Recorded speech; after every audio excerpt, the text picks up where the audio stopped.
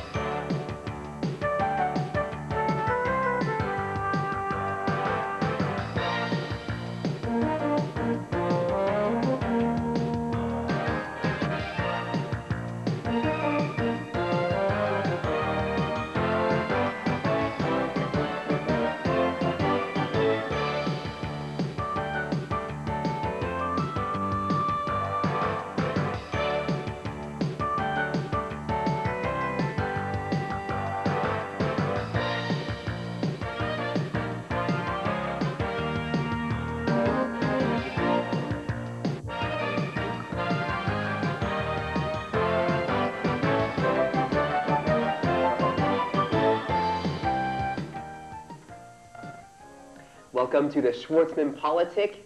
You've reached our muddy banks yet again. We appreciate your sponsorship and your viewership. You are what make us us.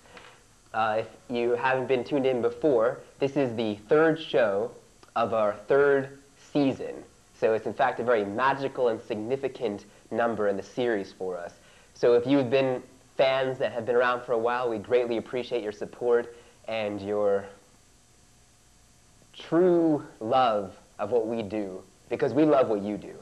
And today, I, Alex Schwartzman, or Amos Schwartzman, and my co-host Goad, we're going to talk about love and sex and the politics thereof.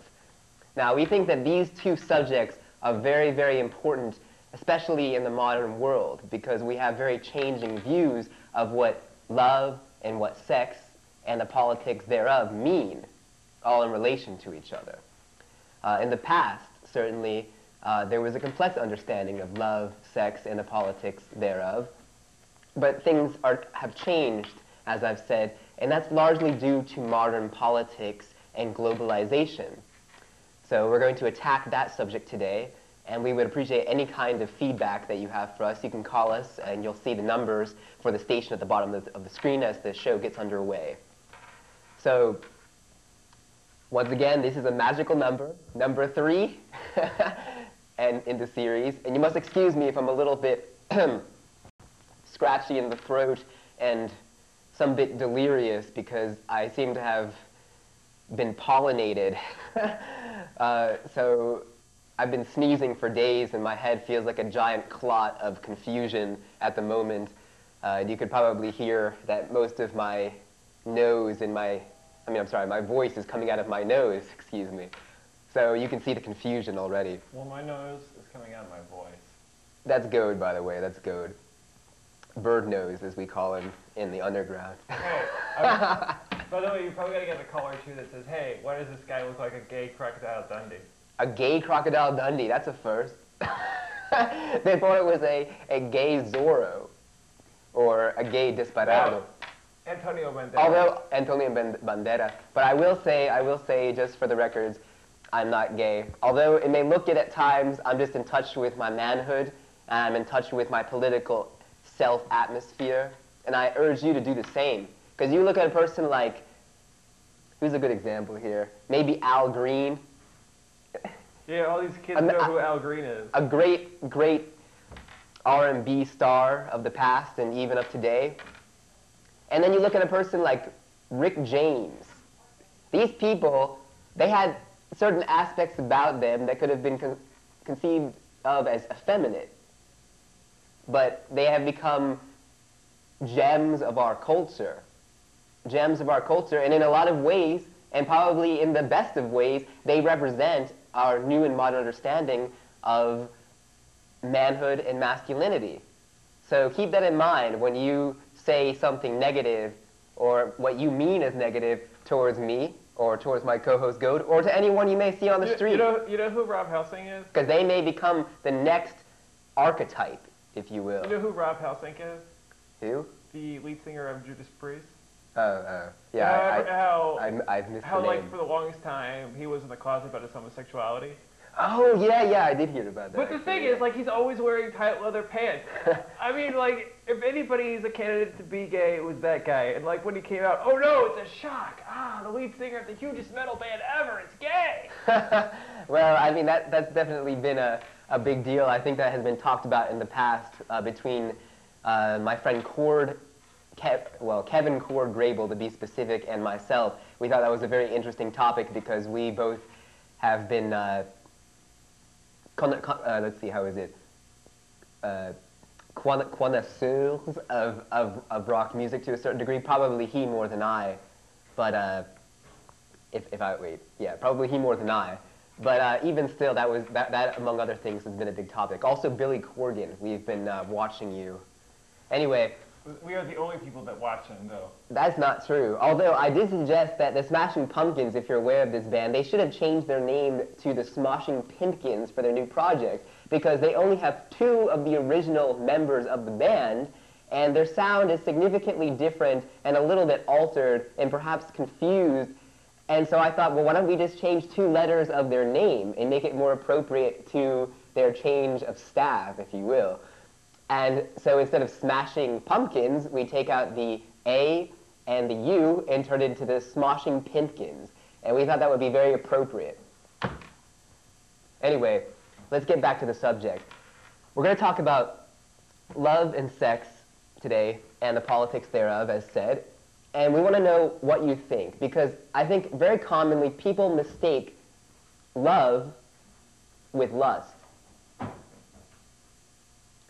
On TV, who are the most popular people right now? At least if you watch Inside Edition or some other show of pure schlock and crap. If you watch a show like Inside Edition, it's a pure invitation to brain rot. But the kind of people that they like to talk about are Lindsay Lohan, or Lindsay Lohan, if you rather pronounce it that way, Britney Spears, and the like. And their kin, because, you know, they all intermarry, of course, in Hollywood. They're almost like America's new hillbilly. We don't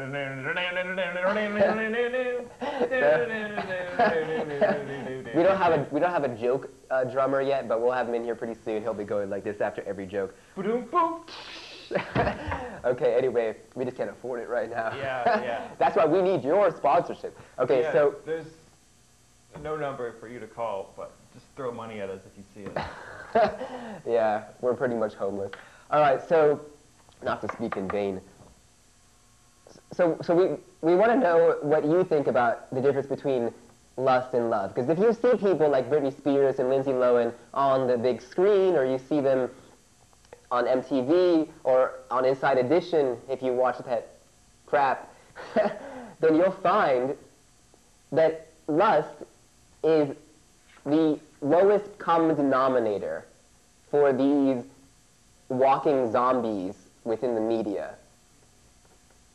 Now, they're certainly representatives on some level of our culture, but do we want them to be representative of our culture? How do you think it makes us look in the eyes of other countries around the world? What do we look like? We look like a nation of fools. So we might want to take back something more intellectual, or at least more wholesome. And I'm not talking about the lustier people. I'm talking about the giving away of smarts and consideration and morality for some kind of lewd stupidity. It's not about the sex or the lustiness. That is relatively okay, because that's a human way of being within certain limits. But acting like an idiot, that is not necessarily within humanity's grain. You see it all the time, but is that really what we're working for? I think not. I think not. So I want to know, why exactly are you not on the screen again? I don't know. Okay. It comes and goes. Hey, isn't that a Boy George song, Culture Club? It comes and goes. I don't know. No, it's all right. Never mind. I don't listen to homosexuals unless they're from metal bands. Wow, so you're a homophobe. Only when it comes to music. But not when it comes and to metal. sarcastically, and in no way true. Well, on that note, let's give a call out to Cave Metal. He's a young man who has legally changed his name, to my understanding, to, sorry about unicycles about to fall, Cave Metal. And it says so on a VCU card. Now, I've heard this is hearsay, purely hearsay. But I just thought that was a great curiosity on a side note, that people are changing their names to what they prefer rather than what their parents or their legal guardians or name givers would have preferred. It's curious. I mean, how do you feel about that? Do you think that a person has the right to change their name? I mean, is that respectful to their past? I bet it's Redbeard. If, for those of you who don't know who Redbeard is, that's Mike Rafferty. I don't know.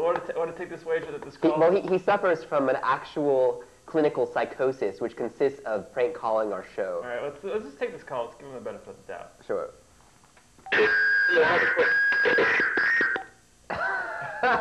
No, that was just a demon on the line. It happens. We get demons. That's true. We do get demons. They want to make a full-length movie feature out of it. Full-length. All right. See, they're calling back. Let's give them a chance. Sure. Hello, caller. Schwartzman Politic. Oh, yes, I was interrupted previously. I was the man who said that. Excuse me, can you turn down your television set? What? Yes, hold on. I was too close. Yeah. So, well, I have a question about sexuality. Okay, go ahead. All right, my question is, as far as sexuality goes, well, it's more of a question of, you both of y'all are straight, correct? What do you say? The both of y'all are straight, correct? Yeah, what did you say? You're not even a little bit, are you curious, or are you straight? Oh, yeah, I'm straight, yeah, of course. Yes, all right. Well, my question is, I don't know if Goat is, exactly. What nightclubs do you frequent? I'm sorry? Which bar do you frequent in that outfit? What bar do I frequent? I would like to meet a pretty young man. I actually don't go to bars usually, but because Richmond bars are pretty lame, as it seems. There has to be some sort of social watering hole for people who are interesting like you. I mean, there has to be some sort of club. Do you have a club? Well, you'd find though that most of the clubs that I would try to go to, people, they're out of my league. Not to be an ass, but it's true, because you go to a place like Mars Bar, or even places in D.C., New York City. The thing is, I don't even fit in with the crazy people. I've never been to New York City. Is it beautiful there? It is. It's a little bit ugly too, but that's the way that big cities are. They're kind of both. I just think your outfit's man. I think you look like a sassy dog catcher from the Wild West. I think that's what that outfit makes you look like. I think you are a beautiful man. All right. Well, I appreciate that input. I want to ask, which one of y'all is the boss? The boss? Well, we'd like to keep this a pretty democratic show, but I mean, I am the host. The man on the left, I used to see him. Didn't you used to wear a cape? Did I used to wear a cape? You look like a sex offender when you wear that. Not far from the truth. Not far from the truth. I got a question. You ever been to New York, but have you ever been to Philly? What? Have you ever been to Philly? Do I sound like I'm in Philadelphia? Do I sound like Rocket the Italian Stallion? Do I sound like that to you? Is that what I sound like? No. Well, that's why I asked the question. I just wanted to know. I know 3 people who look good in unitard capes. You want to know they are? Call it. Let's bring it back. Let's bring it back home. So what do you think about sexuality in terms of lust? Do you think that there's a difference between love and lust? So I'm celibate. I don't have sex. You're celibate? No, I salivate. I'm celibate and I salivate. I masturbate, but I do not engage in pleasure of the flesh. Although, if I met the right man, I may do so. Okay. Are you looking for a good time? No, I'm not, but I appreciate that. But what I will say is I want to know, do you think that there's a difference between romantic love and physical lust? All I can say for sure is that I am romantically in love with your beautiful face and your long, luscious hair. All right, let's just take it to another caller. All right. All right, look, we're not looking for that kind of craziness. These kind of prank calls are preposterous, honestly. No more private callers. That's come in recently. Yeah, if you're calling from a private line like somebody from line 1 is doing right now, you call from a line where we can identify you because we don't want any more calls like that, please. Yeah, it's become quite problematic, to be completely honest, and it's bothersome. It really is. So, once again, to bring it back home for the millionth time, we want to talk about love and lust. See, I've been in a number of dilly-dally, this is what it is, wishy-washy relationships with women. And then there was one that changed my life forever. Well, Now, why don't we that's what proved to me by pure emotion. I mean, that could be a fallible approach, but by pure emotion, I came to feel that there very much is a difference between love and lust. Love is something pure as far as I'm concerned than lust. Lust may be a beautiful thing to ride in the moment if you do it in moderation, but love is what will take you all the way. Let's see what line 2 has to say. Hello, caller. Oh, I hung up because it took so long. Yeah, I tend to do that in bed as well. Ha! Ha! Ha! Thank you. Anyway, so I know that there are a lot of boys out there, there are a lot of girls out there who just go after the nookie, as it were. And I think that there's a song, isn't it? Let's see. Yeah, it's called Nookie. Hey, let's. No, I'm thinking actually about Lauryn Hill, I believe. That right? thing? Yeah, that thing, that Yeah. thing, that thing. Let's yeah. see if That the thing, caller on line that 2 knows thing, anything about Lauryn that Hill. thing. Hello, All right. caller? Hello? Man, our phone Wait, is so it's, silly. what is it? Some guys are only about, and then some girls are only about that thing, that thing. That thing. Exactly. Yeah. And see, that's the truth. That is the case. For some people, that's the way it is, because not because they don't have a capacity for love necessarily, but because they just simply haven't turned themselves onto the possibility of it. And the truth is that while lust can be very, very fulfilling, so can love, and probably more so. As far as I'm concerned, lust, when it's used properly, is supplementary to a greater love. You look at a person like Bill Cosby. Now, if his relationship with his wife on The Cosby Show were a real marriage, that's some beautiful love right there, because it started out as high school love, and there was probably a lot of lust involved, and they still involved lust and a pure love in their relationship, 30 years later, and they have a household full of kids. That's beautiful. And there are truly situations that exist and are like that. Even like on Roseanne, to use a popular example, between Roseanne and her husband, what was her husband's name? I don't know, some useless. Dan, yeah. Dan and Roseanne. So, while these are fictional shows, the truth is that you can make a marriage work. You can, if it's meant to be. You can make, just some kind of union exist between two people. Perhaps three, if you go that way. But generally speaking, you can make a pure love that is supplemented by lust, and that's a good and fine way of doing things. But when it's too much lust and no love, or perhaps even too much love and no lust, you got a problem. Because you see people who get heavily involved in very oppressive religions, where there's a lot of repression and neurosis involved. And what ends up happening is people claim that they love. They have this overflowing amount of love, just kind of like effusing over their brim. And yet they lack a true lust. You have nuns, monks, these types, now they may have lust in a certain sense, but it's very, very repressed, and that's unhealthy for a human being. It's biologically proved. Hey, look, we got some calls. Let's take them. But then you have people who go overboard with lust. You have people who... Hello? Yes? Hello? Hello, you're on the Schwartzman Politic. What do you think about all this? Oh, I was just wondering, what is that thing you drink out of? What is that sippy cup? Yeah, I knew that was coming eventually. What this is actually is an amazing drink. It's mainly drunk and... Looks like something from Star Wars Return of the Jedi. Yeah, I can see how you might see that. It does kind of look like that, doesn't He it? did buy it off of Ewoks. It's dirt cheap. Oh, yeah, definitely did. No, but it's... Ewoks live, I'm talking about Tatooine, Jabba's palace. Oh, maybe. I suppose it's a And possibility. you look like a gay Indiana Jones. Okay, well, that's great. Anyway... Did you rate a temple or some butt for that little trinket? What did he say? Something about a trinket. Yeah, I was asking if you rated butt or a temple for that trinket. Neither, actually. I bought it on the internet. But Totally uninteresting. yeah, it is uninteresting. But look, this show is about the difference between love and lust. Why are you yelling Love at and me? lust. Why would I raid butts when I could raid women's on the other Why are side? you losing your voice? Put some warm milk in that sippy cup and calm down. All right, well, Monte's supposed to help you calm down. Have a sip. okay, let me. Take it and have a sip. Take it all, bitch. All right, well, to answer your question, if you were serious, this is very important to me. When I went on a trip to all 21 or so countries of Central and South America mainland back when I was 18 until 19 years old, I came across this incredible infusion.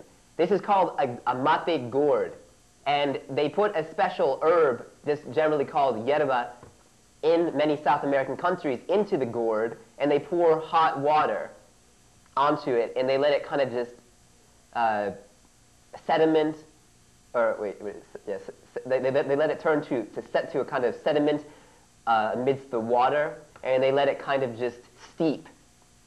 And then you put this, which is actually a straw, into the infusion, and it's kind of like a tea bag straw because it's hollow, and it looks kind of like a spoon, if you can see at the end, with little holes in it, but it's completely closed on all sides. And you have inside of it this mushy green herb, and it's extremely good for you, prevent cancer, heart disease, and generally it's a very good drink for philosophers and people who like to think, because it is a slight stimulant, but not much more than coffee, but it's much more positive than coffee because you don't really experience heart palpitations or anything of that manner. So it's really quite a lovely drink. So I urge you to check it out. You can probably get it at local health food stores, and you can get the mate gourd over the internet, and you'll be supporting the economy of, say, Argentina and Uruguay, and those are the countries where this is mainly drunk, while there are several others as well. So my call out to Uruguay and Argentina this day, and also to my friend Virgilio. We will drink soon, my friend. We will drink soon. Okay, so back to the subject of lust and love. Why don't we see what a caller has to say? Sure. Excuse me for talking all long about. Yeah. Hello, caller. Ah. Hello? Hey. Hello?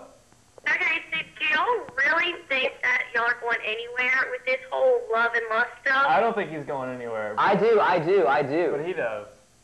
Why? I mean, do you feel like there's no purpose in talking about it? What about sex? No, about the difference between love and lust. Because this is a cliche. People talk about this all the time, but yet people never seem to get the message. Well, I think it's certain people's opinions, what they think. Well, you think it's only about opinions, but then when it comes to issues like rape, I mean, that's not just about opinions. I mean, maybe if they want to have sex, they want to have sex. Wait, so you're saying that rape is justified on that basis? I think if they can prove that it's rape, but it's not just because of love or lust. You're not going to go out and rape someone. Well, look, a rapist could claim, when it was actually an issue of rather psychotic lust, that it was a matter of love. But I mean, the question is, even if it could be proven otherwise in a court of law, what does that say, honestly? It doesn't say anything. So, I mean, really, it's important to attack this while we have a grasp of it. I really do think we are going somewhere. I think that woman has no idea what she's talking about. Get a job. She's still on the line. Look, I'm serious. I'm not trying to be insulting. I'm sure I was a little bit, but you've insulted me because... Just because you're a gay faggot with some type of necklace on you. Some type of necklace? Okay, I'm not a gay faggot, and by the way, that's a redundancy. Go back to English class. I would like to say, though, that, you know, it's not an insult to call someone a sexual orientation name, especially when they don't subscribe to that sexuality. I mean, just because a person dresses a certain way doesn't mean that they are a certain way. I mean, you could see that in the case of someone like Bill Clinton. Well, perhaps people dress a certain way because they want people to realize that they're that certain way. Yeah, exactly. But if that's the case, that's a good point, though. But if that is the case, that means people who dress more conservatively are more likely to be hiding their sexualities than people who decide to dress more flamboyantly. Well, perhaps people who dress more conservatively want people them to make them feel that they're conservative. Meanwhile, people who are dressed flamboyantly want to share with the world that they're flamboyant and they want to go out and they're comfortable with who they are. And that doesn't mean that they're always. I mean, it's like 10% that always hide who they are. It's not a vast majority. Well, I feel like to a large degree, though, a lot of people who end up wearing very conservative clothing are, in fact, quite... Sometimes they end up being very eccentric in terms of personality, whereas you find people who wear typically flamboyant wear often tend to be rather conservative and meaningless in mind, at least as they keep themselves. You people who dress... Who are these people? I've never... Okay, I'm talking about people who dress in goth wear all the time. People who dress as so-called punks. People who subscribe to all of these cool youth subcultures. Very commonly, you find these kids are just followers. I mean, how many people in a mohawk do you see working behind the desk? Not many, not many. Yeah, yeah. It's ridiculous. But, it is true, it is true. But I guess it's kind of a hard thing. You can't really classify it specifically either way, because you find people who are not all that creative dressing up in creative-looking clothing, and then vice versa. I mean, there's not really any way to classify this cleanly, of course. But it's all really a matter of opinion when you get down to it on this particular aspect. But talking about love and lust again, one of the reasons that it's important to attack this issue, especially now, is because in recent years, for example, there's been a lot of talk about what's been going on in the Middle East, especially where women are concerned. Because we have, back in like Afghanistan and in Iran, you have women who are basically kept in extremely closing off clothing. There's a purda, and then often only slits for the eyes, and some subgroups. I mean, well, and the whole rest of the body is covered. It's always a matter of opinion what you find to be repressed. I mean, it's one sure, thing to be in a society that makes you cover up, and it's another thing to be in a society that makes you reveal yourself. Well, that's very true. Let's go to a call on line 1. Yeah, can you repeat the question? That was the title of what you was doing tonight. Repeat the what? Repeat the title. It said, what's the difference between love and lust? Okay, well, I didn't really make that explicit, but as far as I'm concerned, love, I mean, call me an idealist, but love is about, first of all, at least in terms of romantic love, it's about feeling this great inability not to be by a significant other's side. Whenever they're around you, it's like a poetry of the universe inside your heart. And it's something that you really don't want to be without. And it makes you go crazy at first. And that's what's called limerence. And that is akin to lust in some ways. It's, youthful love, the kind of thing that Juliet and Romeo were going through. But then later, that love kind of drifts often into a more matured love. And that's what you would call married love, if it lasts. And if it lasts, it's a beautiful thing, and that's truly the great development of love. But then lust is basically about pure, no-holds-barred sex or sexuality. It's an animal Well, drive. it's not always about sex. It's also about just emotion. Have you ever just looked at somebody and say, "Hey, I like this person a lot," just by sheer physical appearance, not necessarily by sexual appearance? Well, that's true. That's true. But I feel like that emotional drive concerning other people, that is based in deeper, more primitive animal drives.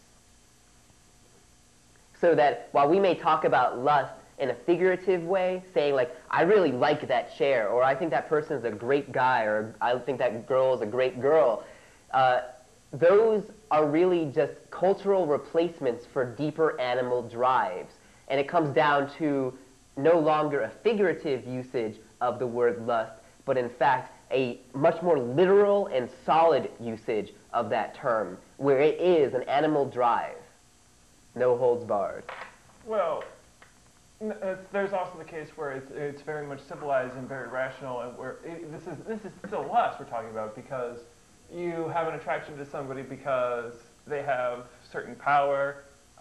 Very often when you see people go out, they're attracted to what's called the mother hen, the one that seems to be in control of the group. Situations like those. And you're just attracted to their power, and not so much as the physical appearance, not so much to sex. It's just you're blindsided by what they control. By the way, by those standards, Margaret Thatcher, really attractive. In fact, you could really look at that in how our lives are, because look at the most predominant people in pop culture, and they're worth millions, possibly billions of dollars. I mean, Paris Hilton, she gets paid millions of dollars a year to just go into bars and get drunk. Yeah. She's actually starting to have a higher net worth than her parents. Oh, yeah? Yeah. Well, I mean, that's a great way to get yourself out there in the world, Miss Hilton. It's a pretty big enterprise. Apparently. But yeah. Well, let's take another call, because we want to hear what you have to say, our audience. You are, in fact, our most important part, to be honest. All right, let's take a call on line 1. Hello, caller? You're like an... Yeah, I had just called a few minutes ago, but I want to state my point. My point is, I'm looking at it from a biblical point of view. Okay. I mean, love is real. You know, it's something that you can feel in your heart. But lust is something that you just want with your fleshly desires. It's something that you just want, like a human, animalistic impulse that you want to feel, that you want to get desired. But love is something that's real. Mm-hmm. Like for myself, I'm a Christian, and I'm single. You know, I'm waiting on the right woman that God has for me. But I know that over time, it will come to pass. But I'm not going to sit around and just sleep with anybody, because I know that God is watching. He's giving me His Holy Spirit, and His Spirit lives inside my heart, and it leads and guides me. And eventually I will find that right one, and it will be fulfilling, and it will be a deep intimacy the way that God wants it to be. And love is real, and I respect the gentleman with the hat on, because I know that he's speaking from his heart, you know, because love is real. It's something that you can feel deep down inside you. And I thank you for bringing up the title, and it is good that you did it, because a lot of people, they're just sleeping with anybody, you know, doing what they want to do just because it feels right. But deep inside, God is handling you accountable for that. And so I thank you for doing that. And it's good to listen to different people's point of view. And I respect the fact that you brought that out in the open like this. Absolutely. Would you agree with the statement that only stupid people increase the birth rate? Where you have like these people who are extremely unintelligent and they don't know really what they're doing, but in fact the only thing they really know how to do is have sex, and they go out and they have a whole bunch of children that they can't take care of, and their children just have this really poor life because both of their parents are just deadbeats and just wanted a fun night. I'll put it like this: everybody that was born, God knew that they was going to be here. You're not by accident. It might have been by accident by your parents because of sex and, you know, desires within them. But everybody's here for a reason, you know, and it's God's plan that they be here because He knew everything before the creation even started. Mm-hmm. And who knows, that person that may have been born for parents that was a mistake might have been, is meant by God, and they might do great things in the world while we're living. You know, because a lot of famous people or people that's doing good things out here in the community, they might have been born by, you know, somebody that raped the mother or whatever. But, Right. you know, you got to think about that. That's right, that's right. That's a very good point. Thank you That's a very very much, good point. caller. Well, All right. caller, we really appreciate that call. That was tremendous. We really love calls like that. Receiving a call like that really warms the heart, and that's what this show is all about. So once again, our full gratitude goes out to you on that one. So I really liked what he said. That was some good message right there. I urge the rest of you to take that into account when you go out into the world, when you leave your front door, or your back door, for that matter. Keep that in mind. Really, really keep that in mind. Let's try another call in line, too. Don't give yourself away so easily. You might find in the end that it's not going to be as refreshing and fulfilling as it might feel in the moment. All right, let's take a call on line, too. You might catch something you regret catching. Hello, caller? Hello. I'm calling. This is Gaze Metal. Ah, come on. Yeah? No, seriously, this is Gaze Metal. I'm calling to discuss my name. A good friend of mine, a philosopher, called me in my cave and told me that you were discussing me. Cave Metal. What about cave metal? I am Cave Metal. You are cave metal? Yeah, well, it's nice to make your acquaintance. Yeah, I've heard about you, so I thought that was a very big curiosity because it's in fact you. What urged you to change your name, if I understand correctly, legally? Well, I am a naturalist first and foremost. Before I am a Hessian or a student of life, I am a naturalist. And I believe that the ideal place for humans is not, in fact, on Earth or beneath the sea, as certain sci-fi television adventures have, and what have you believe. I believe that man is destined for a long, happy life beneath the crust of the Earth, living off of the good things that are beneath it, like dirt, rocks, other sources of calcium, stalactites, stalagmites. I believe that nature's true glory is shown best in the subterranean complexes beneath each of our feet. I even like sewers because they're like urban caves. Well, this is a truthful account of your beliefs. I'm truly, truly fascinated, Mr. Metal. I also believe in the power of crystals, and I also believe in the healing effects of eating large insects. This is amazing. You don't believe in all these things, but you still believe in telephones and television? No, I do believe in those things. Okay. During my times in an urban area, I keep my cave spelunking. I satisfy that by exploring the labyrinthine sewer system of Richmond, Virginia. Is this the case, truly? Do you have a group of people that you do this with? Yes, I have a whole team. I am the only one who believes enough in caves to change my name. However, my girlfriend and I also very much love together to go on adventures such as this. Very nice, very nice. That's quite fascinating. I've actually done many musical adventures myself in sewers in the past. Yes, a good instrument to play beneath the Earth's surface, as you hear the cars, is a fiddle, or perhaps a triangle, or an oboe, if you are familiar with an oboe or euphonium. I am familiar with all four, yes. But what I'd like to ask you is, what do you think about lust and love? I believe that the thing that that gets my rocks off the most is the Earth. That was a triple entendre because I said rocks, Earth, and I'm a naturalist, and my name is Gaze Metal. All right, well, that was a fascinating call. You're still here, excuse me. Amateur nights at the Funny Bone. Okay, so what the feeling that I'm getting here is that you feel like love and lust are perhaps intertwined in a kind of irremovable way? I believe that the Earth's energy has effects on people in different ways. I believe that our animal nature is very much tied to the soil. Like, for example, if I have not had time in the sun with the grass or beneath the Earth's surface, fondling bats, shining a flashlight, things like this, I find that I am generally very depressed.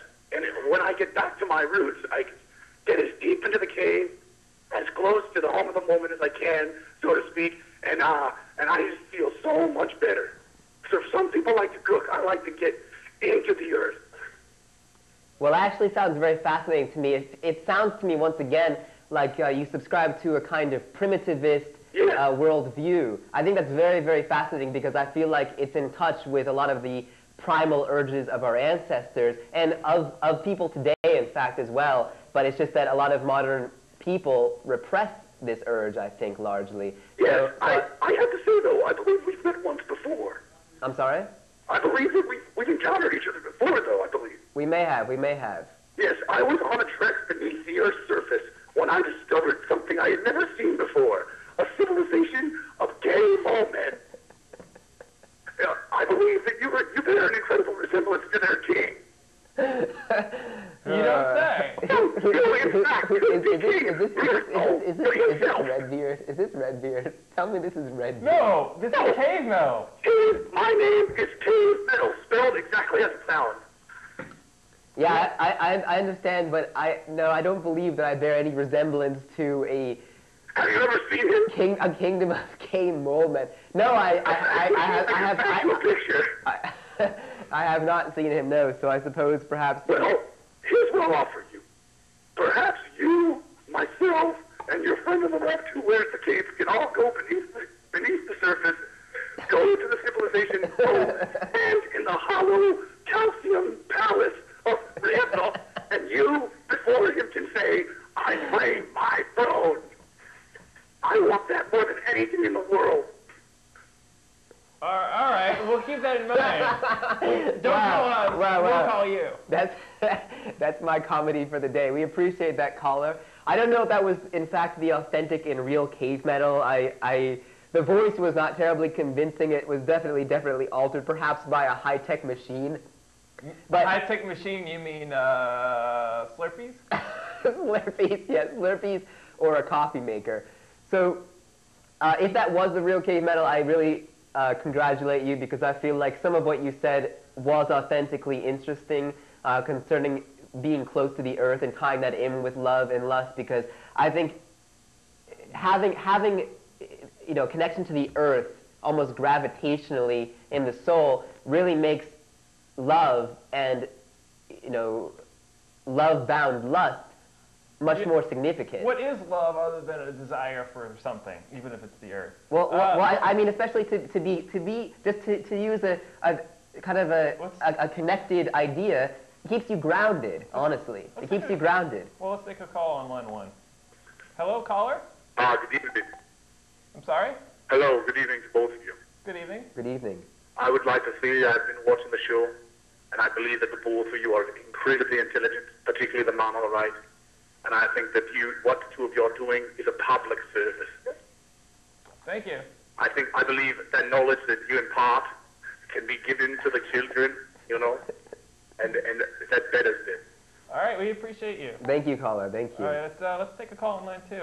You're on the Schwartzman Politic. Hello, caller. Yeah, I have a comment. Sure, Yeah. go ahead. Hello? Yeah, go ahead. Go ahead. What kind of show is that talking about? It's not talking about gay love. No, we're not talking about gay love. Okay, you're just talking about love and lust. We're talking about love and lust. I mean, regardless of a person's, sexual orientation, that's not really what's being spoken of right now. Oh, well, my take on that is that you have to separate the two. Okay. It's like, if you Okay, sorry, go ahead. love your dog too much and you rub on them too much, that's like, that's lustful and that's wrong. So you feel like there should be a duality, a kind of a separation between love and lust. So you have, on the left side, you have lust, and on the right side, you have love? Yeah. Completely separate. Yeah, and on that other issue, I just want to, I'm not trying to be funny, but Go ahead. it's 100 degrees outside. I'm just curious, why do you have the liver hat and the coat on? Well, luckily it's air conditioned here, so that's primarily why I'm wearing it, because I thought I would bring some style and culture to the show, even if it is a little bit bizarre. Oh, it's interesting, though. But my thing is, how do you feel? I want to ask you, how do you feel about the homosexuality and the morality of the world? How is your take on? Do you think that's right or wrong? Well, look, I'm not going to say it's right or wrong, because I don't believe that it is right or wrong. I really feel like it is up to a person, if they feel, if it's part of their makeup, and it's often expressly biological, we're finding out today. No, it's not biological, because God made you either man a woman. Well, do you feel like God made biology, though? Yes, he did. Okay. Well, if God made biology, he probably made it in many diverse forms. I mean, that is. I mean, a man's supposed to be for a woman and a woman for a man. Well, why would that be the case exactly? I mean, look, I'm going to tell you right now. I myself, I like women. I have not ever really desired to be with another man. I don't really know what it feels like. Are you sure of that? But what I can tell you is I can imagine knowing how I felt towards women in my life.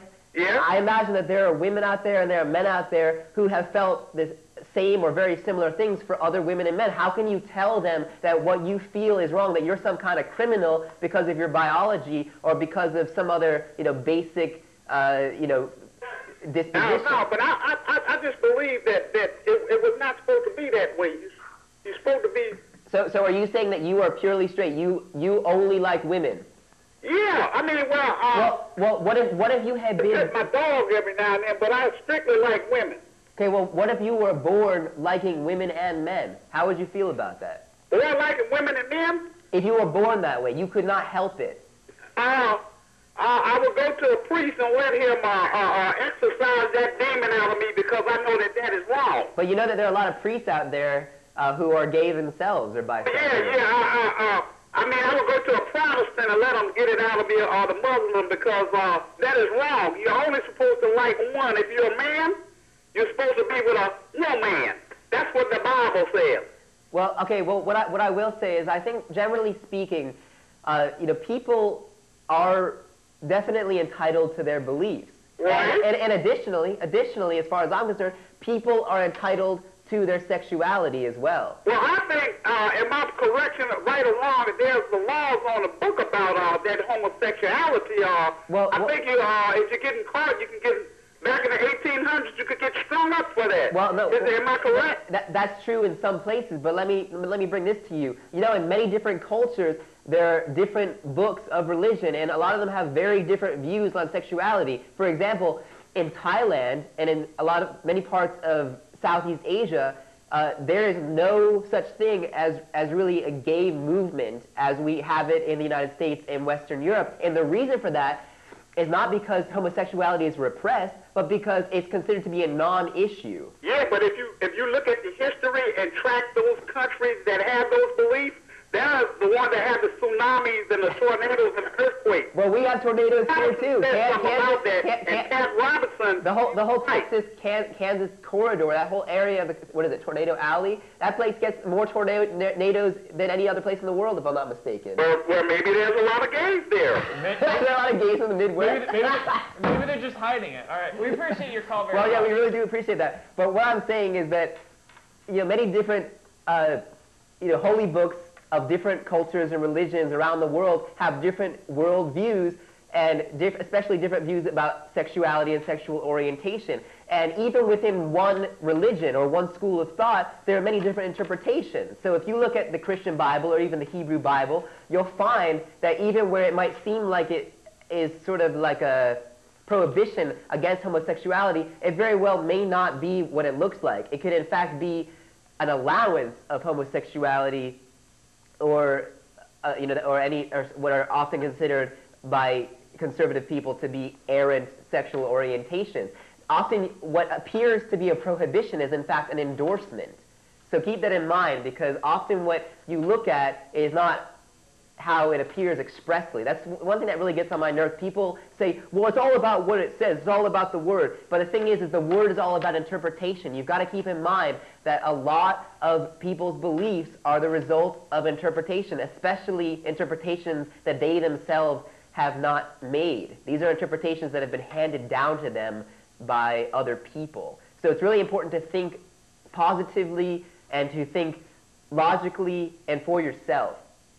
Because, once again, if you were born a certain way, you got to come to terms with that for yourself, and not necessarily have to deal with, culture sentencing you to death or sentencing you to some kind of sickness or being made to feel like you're not worth society's love. I mean, if you're going to be a human being, if you're going to be a part of this earth, regardless of the way you are, you should be accepted at least on some level. You know, there's always going to be some kind of war, some kind of hate, and perhaps it's a little bit necessary to our race as organisms to have a little bit of friction here and there. But you also got to have a little bit of acceptance, because otherwise we're going to blow ourselves up. All right, let's just take a call on line one here. Hello, caller? Hello, good evening, gentlemen. What's that? Good evening, gentlemen. Good evening. This is Father Seamus over here. I am a priest at the Cathedral of Sacred Heart, just on TCU campus. Yeah. Caught your television program. I thought I would call in to have a discussion with the two of you. Yeah. The two of you are both familiar with Christianity, Catholicism, correct? Yes. And which religious persuasion do the two of you subscribe to? Good. Well, I myself, I'm sort of agnostic. I don't really believe in one belief. I don't really deny one belief. But you realize that saying agnostic is a misnomer, correct? Because agnosticism is a type of Christianity. You know that, correct? What is it? I wouldn't say that agnosticism, well, it acknowledges parts of Christianity. There isn't like one agnosticism. There are agnostics who do consider themselves still Christians, but I don't consider myself a Christian. I don't understand what perverted information you got, but agnosticism comes from Gnostic teachings, which have decidedly are not only Christian but Catholic as well. So without realizing that you, just as someone who identifies himself as a Satanist, is in fact not only a Christian but a Catholic. Well, actually, there is a point in all of this, of course, because commonly people who claim to be agnostics and atheists, as we talked about on the last show of this season. I didn't catch the last program. Was it good? Well, we were mainly talking about religion, but one of the main points is that people who claim to be atheists or agnostics, or what are commonly referred to as non-religious spiritualities or modalities of spiritualities, modalities of spirituality, often they're very much based in the religion of the culture from which they sprung, basically. So I mean, you have an agnostic or an atheist coming out of Protestant America. Obviously, their agnosticism and their atheism is going to be highly influenced and engendered even by their background in Protestantism. It seems to me like you have some rabbi problems there. Some what? The whole time you talk, it just seems like you have a lot of rabbi problems with yourself. Rabbi problems? Rabbi problems. You. Rabbi problems? Rabbi problems. I said that to you. What do you say? Rabbi problems. Rabbi problems? Back in my day, we would have you strung up and I'd beat you with a cat of nine tails sort of thoughts would go through your head. Look at the dog color. You prevent.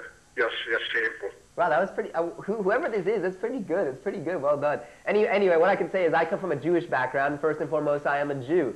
But I believe I'm also very open. I'm very, very, very much open. So, I appreciate what you said. And I could come back at you with a million, ridiculous accents and come with this insane acting careers all in one in a single moment. And you would be surprised and you would love it. But the thing is I can't do it right now. I've got to be serious. I hope you would be so as well.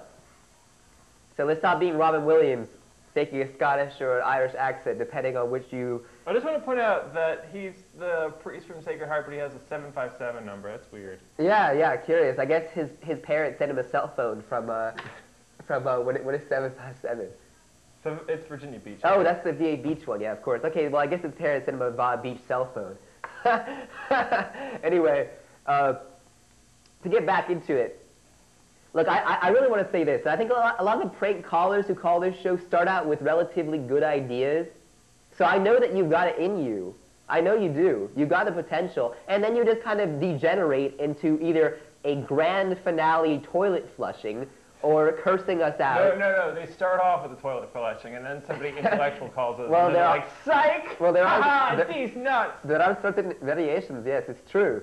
But I really think that if you use the good pulp, what you've really got there, the pith of what you're trying to get across, well, what I believe you're really trying to get across, I think you'll really find that you're going to find, I think you're really going to find that you respect yourself a hell of a lot more. Because currently, that you have to make such ridiculous calls says something about your self-confidence. Now, I know it can be fun.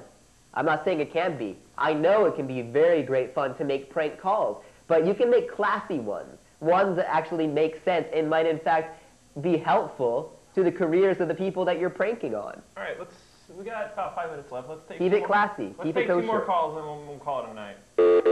Hello, caller. Hello, it's me, Dave Metal. Hey, Dave Metal. I just want to call and say, Oh, sorry, Cave Metal. whoever is responsible for these calls to King Waffle will be tried and sentenced to it. Wait, what did you say? King Waffle, whoever is responsible for King these attacks on his Waffle? character, King Waffle, what? eternity in the darkest granite cell in the kingdom of the gay movement. Yes. Okay. Well, I'd also like to say that I hate Irish people. I hate priests. Just universally. I don't know. Irish people, it looks like they've been underground, just how pale they are. No, there's no nationality beneath the earth's crust. I like the Chinks. I like everybody but the Irish. I can't stand them. Well, there's only two things I can't stand. It's people who can't stand other ethnicities and the Irish. Thanks very much. The joke from 1996. Yeah, I know. It's so awesome. I like saying it every time. All right, thanks, Cave. All right, we'll take one last caller. I promise. Can that possibly be? Hey, yeah, man. I got a question. Yeah. Go ahead. That tall, skinny guy in the blue shirt, you still got that bottle of Gatorade? Yeah. Yeah, hold on. Bring that out there. Hey, I got about the same amount of Gatorade in my bottle right now. I challenge you to a chugging contest right now on the air. Oh, All my right, God. say go. Go ahead. You ready? Ready. 1, 2, 3, go. I'm down there. That's pure retardation, You man. take it like a champ, man. All right, have a good day. Oh, right. what was that? What was that? It's me stealing Gatorade. Oh, he that beat was- me fair and square. Oh, that was although like- I didn't even get to see it. That was like an English tea party. Gone a little All right, haywire. we got a couple minutes. Let's just wrap things up. Hey, don't get so sad about it. I know. Well, this is our third episode. We're halfway through our sixth Yeah, it's episode. almost like middle age, you know? Yep. We're going over the hill. So our next episode will probably be our midlife crisis Yeah. for the show, you know? Oh, but by the way, we want to let you know, for our next episode, we're planning to have some pre-recorded skit material, some comedy stuff if you're interested, and we know you will be, because a lot of what we've been focusing on right now and in the last few shows has been primarily panel discussion concerning politics and other related issues. But we'd like to bring some sort of comic relief into the picture, so we hope you'll look forward to that, because we certainly do. But we will keep talking about politics and other assorted issues that are relevant to today's culture and must be considered if we want to make any progress as a people, as a race, as spiritual beings. Yeah. I don't seem very enthused about that goes. Well. But I had this girlfriend once. That's it. what, Michelle? Oh, come on, it's all right. Anyway. Well. What did that have to do with it? Nothing. I was just trying to make a joke. Oh, well, that was we hilarious. can't all just sprout nonsensical. I am not nonsensical. I must apologize. I sound very stuffed up right now. The allergies have really been taking Yeah, you're very stuffed up. Massacre. Oh, and you have allergies. My reasoning skills are incredible, all right? All right, so we invite you to come back next time. The show is almost about to be over for today, but join us for our 4th episode, 3rd season of this great series, but which has changed name. We're now known as the Schwartzman Politic, and if you joined us last time, you'll remember that our first 2 seasons went under the name of the Technicolor Freedom Machine. So we urge you, and we expect to see you next time for our 4th episode. It will be more incredible than each of the 3 last. And we would like you, as we leave you, for you to consider lust and love. Consider the difference, whether you think that they're 2 separate things or whether you think they're completely reconciled for all of time, that they're one and the same almost, that they're married to each other. It's really important to keep in mind what you believe about this subject, because if you do, you can impart your understanding to other people. Because some people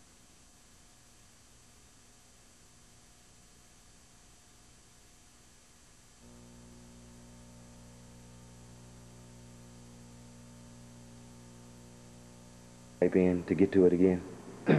www.freewebs.aboriginal consular court. Okay.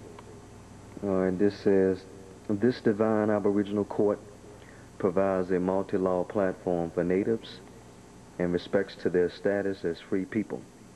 There is no legal intent, no corporate malfeasance, attempt to disadvantage the free natural born. The juris consulatus, the voice that you're hearing, Yehuda Rubenisis Raya Harzil Bay Sui Jurius, meaning not subjected to any legal fraud, one who's not subject to any legal authority. And law marshal is the first great seal, justice, left side of the dollar bill, that fully understands that there is no